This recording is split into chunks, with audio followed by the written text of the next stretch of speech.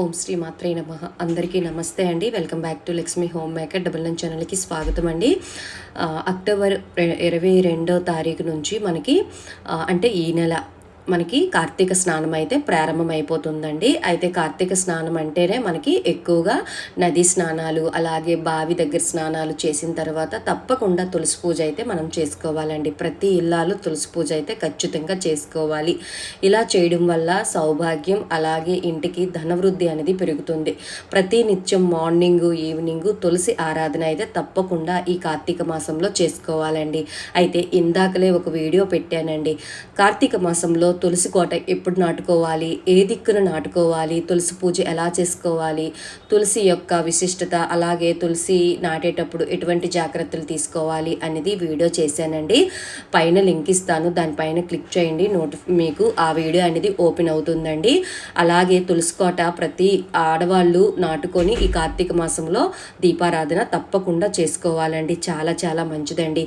నిన్న బుధవారం కదండి, మా తులసి కోట మొత్తం నేనైతే వెన్నుల్లాగా వచ్చాయి కదండి, ఆ వెన్నులన్నీ తీసేసానండి. తీసేసి మొత్తం పండుగ అయిపోయిన ఆకులన్నీ చక్కగా తీసేసి ట్రిమ్ చేశాను. ఇలా చేయడం వల్ల మనకి తులసి కోట అనేది బాగా గ్రోత్ అవుతుందండి. అలాగే అప్పుడప్పుడు మనం తులసి కోట మీ దగ్గర, ఇప్పుడు ప్రస్తుతానికి తులసి కోట మీ దగ్గర ఉన్నట్టుగా అయితే మట్టి అయితే మనం చిన్న చాక్తో కానీ దేంతోనైనా సరే ఇలా మట్టి అయితే లూజ్ చేసుకోవాలండి.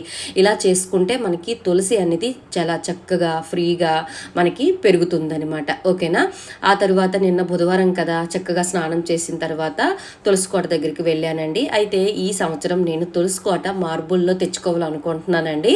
మీకు తప్పకుండా వీడియో పెడతాను. ఎప్పటి నుంచో నాకు ఒక అంటే డ్రీమ్ అనమాట. అద్దెంట్లో ఉండేటప్పుడు నేను అది కొనుక్కోవాలనుకున్నాను, కానీ ఎందుకులే మళ్ళీ అని నేను కొనుక్కోలేదు. ఇప్పుడు మన సొంత ఇల్లు అయిపోయింది కదండి, తులసి కోట కొనుక్కోవాలనుకుంటున్నానండి. పెద్ద అంటే కొంచెం మీడియం సైజులో. అది నేను ఏ రోజు కొనుక్కోవాలి, ఏ రోజు కొంటాను, మీకు తులసి కోట ఎలా నాటుకోవాలనేది వీడియో అయితే క్లియర్గా చేసి పెడతానమాట. ఓకేనా. ఇగోండి మా విష్ణుగాడు ఎంత బాగా ఆడుకుంటున్నాడో చూసారా. నాకైతే చాలా హ్యాపీగా ఉందండి. విష్ణు అయితే చాలా యాక్టివ్గా అయిపోయాడు అనమాట. హరే రామ హరే కృష్ణ అంటే అటు ఇటు తిరుగుతూనే ఉంటాడనమాట. చూసారా, చాలా యాక్టివ్ అయ్యాడండి. అయితే నేను పైన లింక్ ఇస్తాను, దానిపైన క్లిక్ చేయండి, వీడియో ఓపెన్ అవుతుంది. మంచి ఇన్ఫర్మేషన్ అయితే ఆ వీడియోలో ఉంది. సర్వేజన సుఖినో భవంతు. ఓం శ్రీ మాత్రే నమః.